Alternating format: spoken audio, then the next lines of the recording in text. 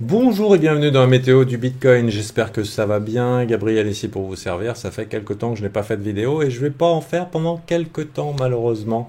Je suis en train de déménager, on reçoit les cartons ce soir et déménagement 2, 3, 4, donc reprise des activités. Le 6, ceux qui sont chez Alpha Team, il y a toujours Thomas et Eddy pour les servir. Et je suis toujours présent sur Discord, bien évidemment. En parlant de Discord, il y a pas mal de faux Gabriel sur notre Discord. J'en suis humblement désolé. Malheureusement, on ne peut pas empêcher ça. À une époque, on bannissait tous ceux qui avaient des faux noms de Gabi dans le titre. Et malheureusement, maintenant, les pirates, entre guillemets, ne s'embarrassent plus d'être sur le serveur et font des demandes d'amis. Il faut savoir que je ne fais pas de demande d'amis sur Discord, je ne fais pas de contrôle qualité du genre ouais, c'est moi, est-ce que ça se passe bien dans le service, etc. Je fais pas ça, non pas que je me fiche de ce qui vous arrive, hein, au contraire, je suis je trouve ça génial, en fait, il faudrait que j'embauche ce pirate. Mais j'ai pas le temps de le faire parce que entre le trading et animer Alpha Team, il y a déjà pas mal de boulot. Donc à noter que si jamais quelqu'un vous contacte, je ne fais pas de demande d'amis, que mon profil a cette particularité, c'est d'avoir des étoiles animées, d'avoir un fond d'écran Nouvel An chinois qui est animé et qui n'est plus achetable parce que ça date du Nouvel An chinois, donc c'est des choses que ne peuvent pas émuler les pirates. Et aussi cette bannière, c'est Field of Gold de Ennio Morricone. C'est une vidéo que j'avais récupérée et que j'en ai transformé moi-même un gif. Donc en gros, les faux comptes, ils n'ont pas tout ça. Gabi Y974 et c'est pas des I, des J, des L. Bon, ils jouent comme ça. À noter aussi, voilà, 12 février 2016, membre Discord, c'est difficile à émuler. Donc, content de vous retrouver, vous tous. Je voulais vous parler de l'état de santé des cryptos et on va commencer par une analyse weekly. Donc, faut savoir que depuis la dernière fois, j'étais plutôt haussier par ici, c'est-à-dire j'étais prêt à choper un rebond. Maintenant, plus du tout, hein. Je pense que je donne pas toujours mon avis au public, mais parce que je peux pas toujours me permettre de donner mon avis au public, on a des choses à faire. Mais ici, il y a des choses qui ont changé. Donc avant de passer en 15 minutes, je vais passer en weekly, je vais vous évoquer la chose suivante. D'ailleurs, coucou aux membres alpha qui pourront pas m'avoir pendant la semaine, mais regardons un petit peu ici. On a eu 3 weekly rouges, 4e weekly rouge et on est en train d'enclencher la 5e. Alors bien sûr, la 5e ne sera pas forcément rouge, mais j'aime bien l'adage que vous connaissez peut-être, c'est plus de la même chose. Donc ici, qu'est-ce qu'on a? On a 4 semaines de boules qui essayent d'acheter le dip et d'envisager un rebond et qui se font renvoyer en touche. Et du coup, c'est pas très très positif. Et ce matin, Thomas, dans le live alpha, faisait remarquer que 4 weekly rouges, ça n'était pas arrivé depuis extrêmement longtemps. Et je dirais même que c'est des patterns un petit peu de bear market. Je crois que la dernière fois que c'est arrivé, c'était en mai 2022. Et bien sûr, il est tentant de se dire oui, mais bon, après 4 weekly rouges, la prochaine, elle sera sûrement verte. Eh bien, pas du tout. C'est plutôt significatif d'autres choses, à mon avis. Bien sûr, si on se place en daily, on a des extrêmes de range qui semblent assez bien définis, avec des supports dynamiques. Ici, on voit par exemple la Bollinger en bas. Et les extrêmes de range, qu'est-ce que j'appelle des extrêmes de range? Laissez-moi virer Bollinger, vous allez voir. On a ces points bas là. Et on a les points hauts ici qu'on va considérer comme étant la partie haute de notre range. Et on pourrait très bien se dire, jusqu'à preuve du contraire, c'est un range. Et je pense que personnellement, si j'en ai l'occasion, parce que là, l'Internet va être déplacé de mon ancienne maison à ma nouvelle maison, si j'en ai l'occasion, il y a de fortes chances que dans les 61 500, 61 000, je tente un petit long de rebond. Bien sûr, pourquoi? Parce que je m'attends à ce que les supports fassent leur job de support, mais il ne faut pas se leurrer, on est au milieu de ce range et on est en train de passer beaucoup de temps dans la partie basse, ce qui laisse supposer qu'on va probablement casser les supports ici, voire ici, pourquoi pas faire une petite mèche au niveau des 60 000 avant de réintégrer et peut-être taper le mid-range par ici, selon à peu près mid-range, ça nous donnerait ici un 65 000. Donc ça peut être une bonne opportunité pour du trading sur quelques jours, mais n'empêche, on voit quand même un petit peu ce prix qui s'installe dans la partie basse de notre range et qui fréquente de manière un petit peu trop répétée la partie basse, le support qui a priori va être cassé, alors que le sentiment au niveau des cryptos, ça, à lire, c'est que ne vous inquiétez pas, il y a juste à hold et tout va bien se passer parce que ce n'est qu'une pause avant le prochain rallye. Alors c'est quelque chose, c'est possible que ce soit vrai, mais personnellement quand je vois le public ou les participants des marchés s'accrocher à leur thèse investissement long terme, alors que cet investissement long terme passe par des moins 60%, moins 50% sur certains alts, retour sous des ATLO, et qu'on a un Bitcoin qui n'a pas encore retracé méchamment, hein. Par exemple, si on se plaçait en weekly et qu'on mettait par exemple la Bollinger, Bollinger, un retest MA20 que vous voyez ici, c'est 55 000. Pour l'instant, on a un peu de complaisance. Qu'est-ce que j'appelle complaisance? Ça veut dire oui, bon, ça va se calmer et ensuite on va repartir. Ce n'est qu'une petite pause, mais avec cette configuration de bougie qui ressemble étrangement au bear market. Et je ne sais pas si vous avez remarqué, si vous êtes trader ou investisseur, hein, bien sûr, mais trading et investissement, c'est la même chose à d'autres unités de temps. Mais on a quand même des patterns qui fonctionnaient bien en bear market, qui fonctionnent bien là. C'est-à-dire, c'est que les rallyes échouent. On a des patterns un peu style Tour Eiffel, Burj Khalifa, selon si vous êtes plus proche de Dubaï que de Paris. Et on a du coup des setups où c'est beaucoup plus confortable d'ouvrir des shorts sur des rebonds en voyant la fatigue arriver, en voyant les stops ne pas être chassés. Qu'est-ce que j'entends par là? C'est-à-dire que moi j'ai une stratégie par exemple en trading, quand je vois un pattern comme ça et que je veux taper un long, c'est-à-dire que j'ai envie d'acheter, je vais aller viser en général la partie où il y a les stops évidents de tous les shorters parce que bull market évidemment. Et ben aujourd'hui, par exemple, on aura plus à aller. On aura plus des résistances qui vont faire leur ouvrage avec la possibilité d'ouvrir un short ici, placer votre stop là et ensuite on va simplement rendre le profit, rendre la pump. J'espère que c'est très clair. Ça sera peut-être plus clair avec ici le long short position. Donc c'est par exemple quelque chose que j'avais envisagé sur Solana ce week-end et à la faiblesse samedi, et ben j'ai décidé de m'aviser que non en fait. Qu'on n'ira pas et je vous montre un petit peu le pattern que je voulais utiliser. J'avais dit au gars que j'allais acheter par ici et le but pour moi c'était d'aller vendre ici. J'avais dit 150 mais mon TP c'était 147 après réflexion puisqu'on est dans un marché qui est un petit peu plus fatigué et ça fait sens d'aller chercher des stops évidents. Et ici qu'est-ce qui se passe? C'est qu'à l'approche des stops évidents et au final ce n'est pas les bears qui se font avoir, mais c'est bel et bien les bulls qui n'arrivent pas à aller chercher le stop évident et ensuite pour pouvoir faire un setup qui peut être assez efficace en bear market, c'est-à-dire de vendre les rips dans un système de plus haut sommet, plus haut creux, vendre les rips, c'est-à-dire on vend les rallyes avec éventuellement un stop légèrement au-dessus du high précédent. Et donc quand on voit ça, on se dit mais c'est plus du tout la même phase de marché. Sans compter le temps qu'il a fallu pour ce marché de trouver un lot. Ça veut dire qu'on est dans une phase beaucoup plus fatiguée par rapport à une phase explosive où on avait des rebonds de 10%, 20% en une journée dès que le dip arrivait. On voit ici une fatigue des acheteurs qui sont de plus en plus investis, qui ont acheté de plus en plus de dip et qui espèrent que ça va bien se passer. Alors je ne veux pas être l'oiseau de mauvais augure, mais je le suis et ça ne me dérange pas du tout. Je ne sais pas si vous avez vu un petit peu cette formation sur la chaîne Alpha Team que j'avais postée il y a quelque temps. Hop, affichez votre chaîne. Formation sur la chaîne Alpha Team qui s'appelle Base Mindset, c'est préserver son capital financier et mental.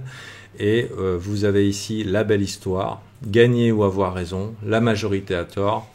Et si vous le regardez, vous voyez, ça va très très très vite. Vous pouvez passer en 1 heure de votre journée, vous pouvez faire un level up énorme et peut-être vous rendre compte que si vous l'aviez vu en 2020, pendant le bear market, vous n'auriez peut-être pas holdé les perdants aussi longtemps. Et c'est une invitation simplement à switcher rapidement de biais quand on gagne plus de billets. C'est-à-dire que si c'est bull, si les fondamentaux sont bons, on n'est pas censé perdre 50% de son capital. Ce n'est pas normal.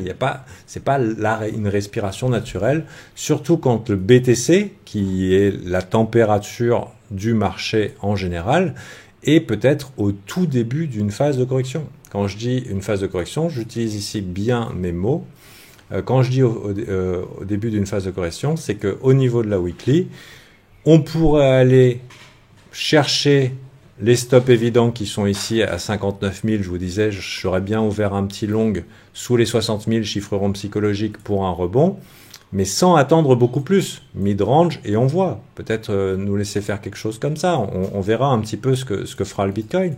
Mais ici, on a quand même un tag de la MA20 qui est le centre de Bollinger et rien qu'un retour ici qui est complètement naturel. Il faut savoir que les prix font des va-et-vient au niveau des MA et MA de manière assez naturelle. Il n'y a rien d'anormal pour un Bitcoin d'aller voir un MA20.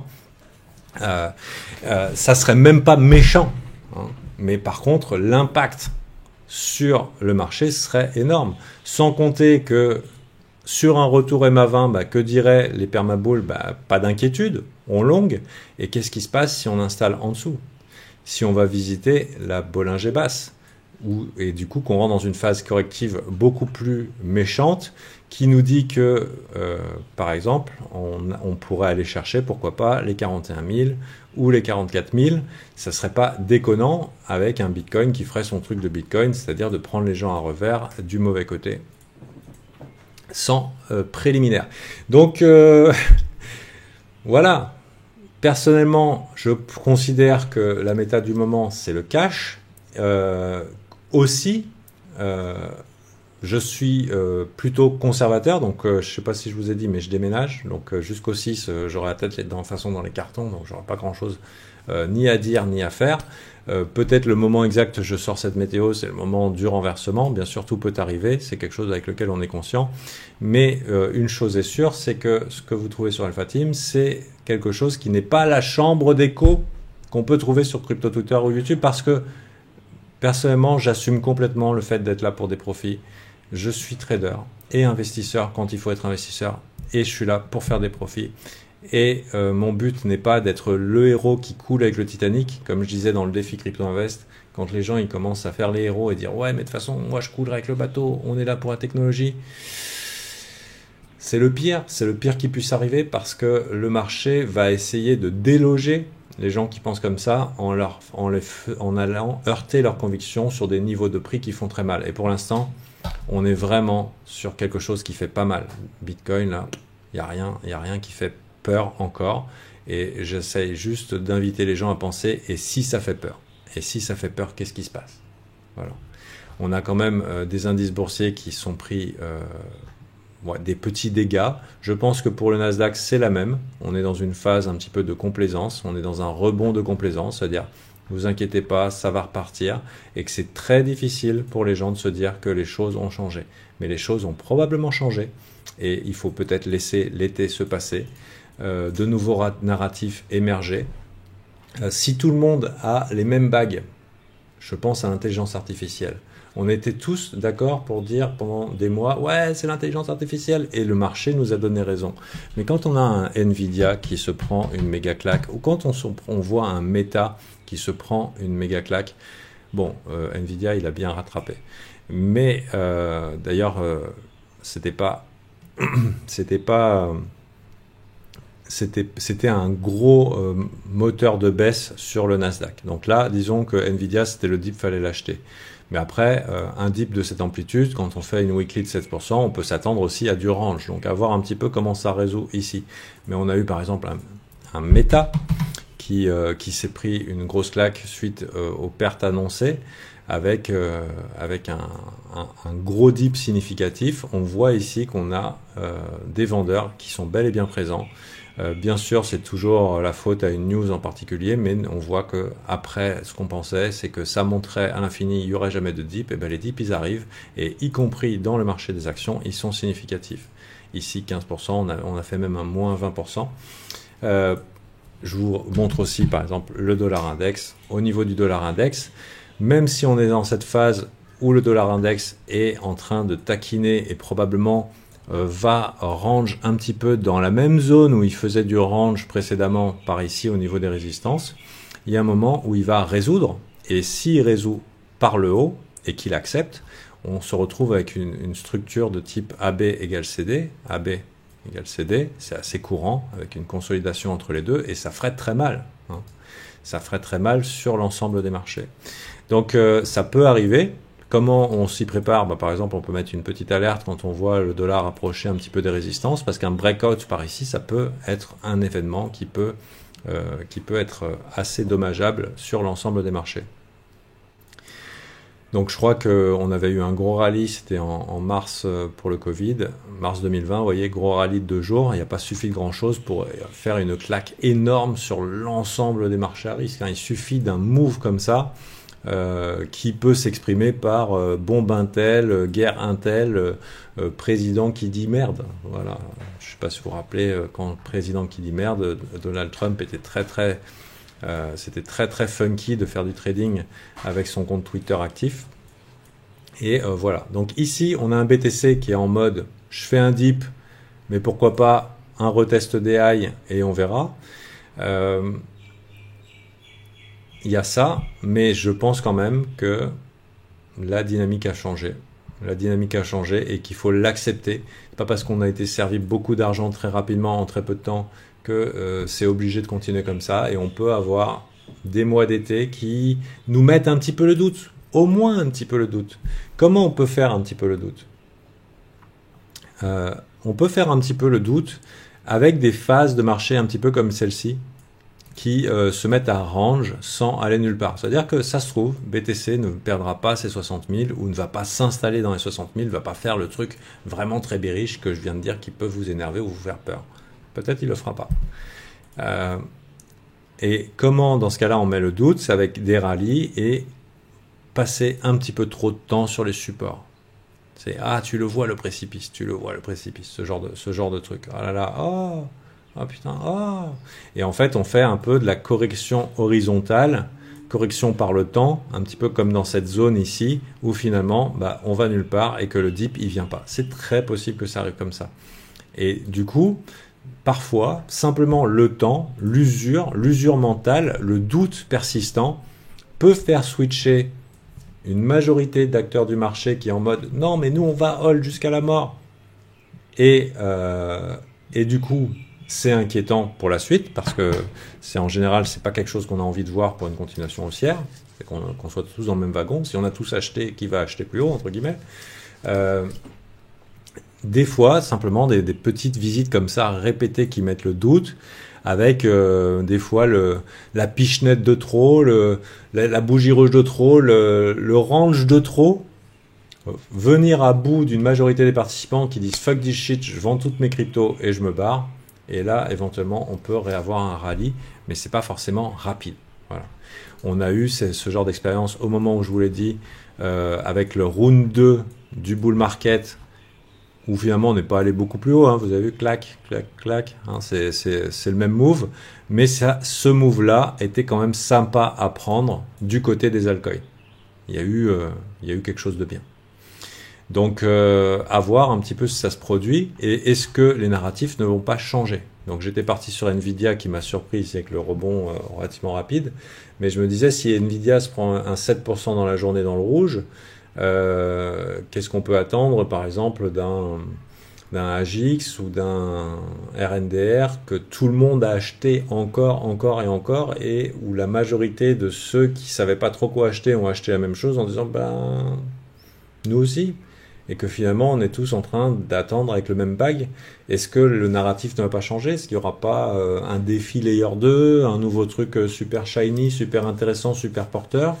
Nous, on appelle ça la méta chez Alpha Team, c'est-à-dire d'essayer d'identifier ce que le marché va nous dire. Et c'est un truc auquel on vous introduit dans le défi Crypto Invest. On en aura un bientôt. Pour l'instant, les inscriptions ne sont pas faites. Mais pour ceux qui ont raté le défi Crypto Invest, on en refera un. Donc je vous rappelle, c'est un événement gratuit de 5 soirées. Voilà. Quelles seront la prochaine méta? Faut-il anticiper tous les narratifs du futur alors que le marché a juste à dévoiler ses cartes? Et voilà, c'est un petit peu la conclusion de cette météo du Bitcoin, c'est avant de se dire, ok, les fondamentaux c'est ça, les fondamentaux c'est ça, les tokenomics c'est ça, j'achète tout ça, je prends mes machins et tout, je pose entre guillemets mes jetons sur la table de la roulette en me disant, mais de toute façon ça va se passer exactement comme j'ai prévu ou presque. C'est exactement comme partir all-in sans voir ses cartes au poker ou sans voir la carte, sans voir la rivière ou sans voir certaines cartes se révéler ou avoir assez d'informations sur ce que l'adversaire va faire. Et là, l'adversaire, c'est où va aller l'argent dans une prochaine phase ou dans un éventuel round 2. On a vu que par exemple, il y avait quand même une usure des fondamentaux avec l'enthousiasme auprès des meme coins. Et je pense que l'enthousiasme autour des meme coins, l'argent rapide très vite, la haute volatilité, les x2 dans la journée, les x4 dans la journée, même si c'est éphémère, bah, ça ajoute un petit côté obsolète et éphémère à l'ensemble des crypto-monnaies. Comment s'attacher à 15 000 coins a priori legit, c'est-à-dire ouais mais eux ils sont bien, nous on touche pas la merde par exemple, sauf qu'en fait c'était des prétextes marketing pour avoir votre argent avec quelques lignes de code, hein. C'est toujours un peu la même chose les cryptos, on fait des lignes de code, on fait un white paper, on fait un joli site, on fait un Twitter. Bon maintenant pour attirer du public il vaut mieux un chien avec un chapeau qu'un joli logo bleu qui va révolutionner la finance et bancariser l'Afrique, hein. C'était un peu les thématiques qu'on avait par le passé sur finalement des cryptos qui arrivent par centaines tous les jours et qui font de bien meilleures performances et sauront attirer un public. Donc voilà, c'est bien sûr, je trouve que ça paraît dommageable comme ça, mais c'est surtout révélateur peut-être d'illusions qu'on peut se faire vis-à-vis des cryptos sur les fondamentaux de la crypto et qui ne sont que des prétextes à l'investissement et à la spéculation. Personnellement, je suis dans les cryptos parce que ça monte et que ça descend. Et quand ça monte, ça fait pas semblant. Devinez quoi? Avec ça, on peut payer les factures et des jolies choses, hein. C'est du trading. Moi, personnellement, j'aime bien les cryptos. J'ai toujours été un petit peu cynique vis-à-vis des narratifs et ça ne changera pas.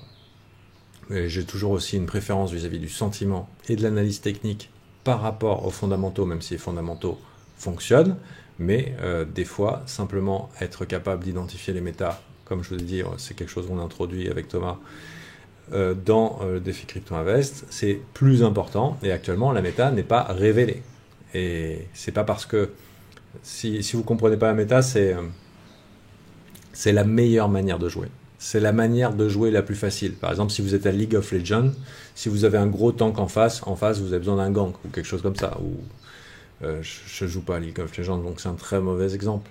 Mais à l'époque où je jouais à Hearthstone, par exemple, la méta c'était chasseur contre d'autres. Enfin voilà, il y avait des trucs qui marchaient bien. Et ben en crypto, il y a des trucs qui marchent bien. Vous voyez, pendant un temps là, pendant le foot, on regardait ce qui se passait du niveau des coins de foot. Voilà. Et avec les gars, récemment, on avait regardé les mêmes coins. Donc, on va regarder là où il y a du vent, là où il y a de l'argent, là où l'investissement est plus facile et notre argent est mieux risqué. Hein. Donc, cette semaine, moi je dis petit trade. Si vous avez l'occasion de prendre des profits sur des rebonds, ce genre de choses, bah, a priori, c'est à prendre. Si vous décidez d'être investisseur long terme, bah, why not? Je dirais que les fondamentaux majeurs, et merci à ceux qui sont restés au bout de la vidéo parce qu'ils auront eu cet insight supplémentaire, les fondamentaux majeurs à observer, c'est tout ce qui est ETFable. ETFable, c'est-à-dire qui pourrait devenir un ETF, qui pourrait intéresser des institutions, que de l'argent institutionnel pourrait rentrer dedans. Évidemment, si votre coin fait partie de trucs qui pourraient intéresser des institutions, et ben du coup ça peut être pas mal parce que ça va monter entre guillemets tout seul. Hein. Et c'est pas forcément le fondamental du coin, c'est un autre contexte, c'est que les gros poissons veulent intégrer les assets crypto comme une nouvelle classe d'assets dans l'équilibrage de leur portfolio parce que ça leur permet de gérer leur argent de manière différente, d'avoir quelque chose qui n'est pas forcément corrélé et du coup d'optimiser un petit peu leur play avec un système de rotation, de hedge et compagnie. Donc j'espère vous avoir été utile. Personnellement, comme je vous ai dit, pourquoi pas switcher long ou switcher bull sur les parties extrêmes de ce range, mais en sachant que on commence à avoir en weekly des choses qui sont vraiment moches et qui rappellent les heures sombres des bear market crypto, du down only,